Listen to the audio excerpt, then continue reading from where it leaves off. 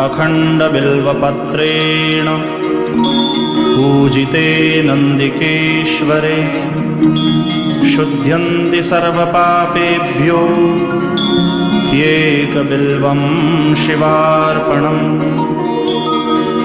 शालिग्रामशिलामेकां विप्राणां जातु अर्पयेत् सोमयज्ञमहापुण्यम् एकबिल्वं शिवार्पणम्।